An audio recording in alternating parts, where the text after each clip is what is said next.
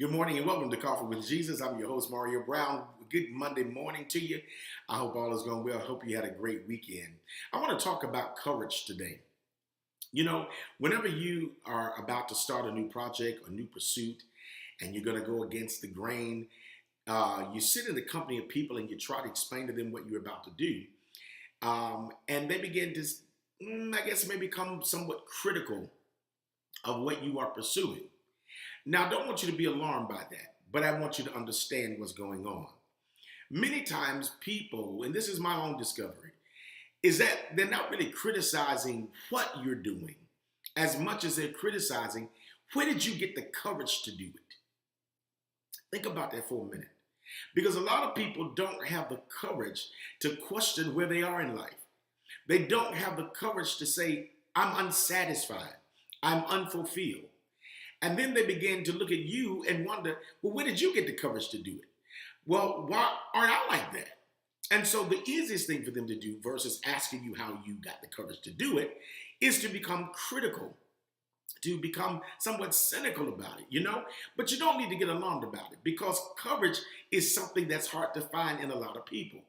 So you're saying now that I am unsatisfied. I am not being fulfilled in what I am doing. It is not anything wrong necessarily with what you're doing, but right now in the season of your life, you're unfulfilled. Listen, you can't sit in the council of people who don't have courage to question where they are. I do it all the time. I question, what am I doing? Am I being fulfilled right now? I don't have to criticize what I'm doing. I don't have to dog it out or throw it under the bus, but I do have to recognize something within me is not satisfied. And I'm going to be courageous enough to investigate it and question it until I get an answer. Now, you can't talk to everybody about that, but what you must do is not allow them to confer their fears onto you.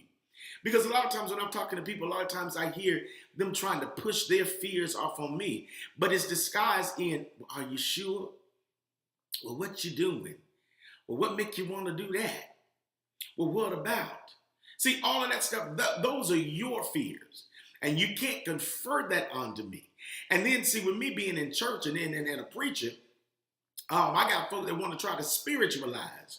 Well, what are you doing here? Well, did the Lord tell you? Well, did you pray? Did you fast about it? Listen, if the Spirit of God is within you, Holy Spirit resides in you, He talks to you. So you ain't got to go and put on no prayer shawl and wrap up in those sheets and comforters and do all that stuff to get a word from God. He's on the inside of you. You communicate. It's called relationship. I don't need no props. I ain't got to go over in no corner and stay there for 21 days praying to the east, trying to get some information about this thing inside of me that is divinely discontented. All right? So I want you to be encouraged now that if you feel unfulfilled, you have an inherent right to pursue what it is you believe God is saying for you to do. All right? You got an inherent right to do that. So stop letting them snatch your courage. Be courageous enough to question, where am I going? What am I doing?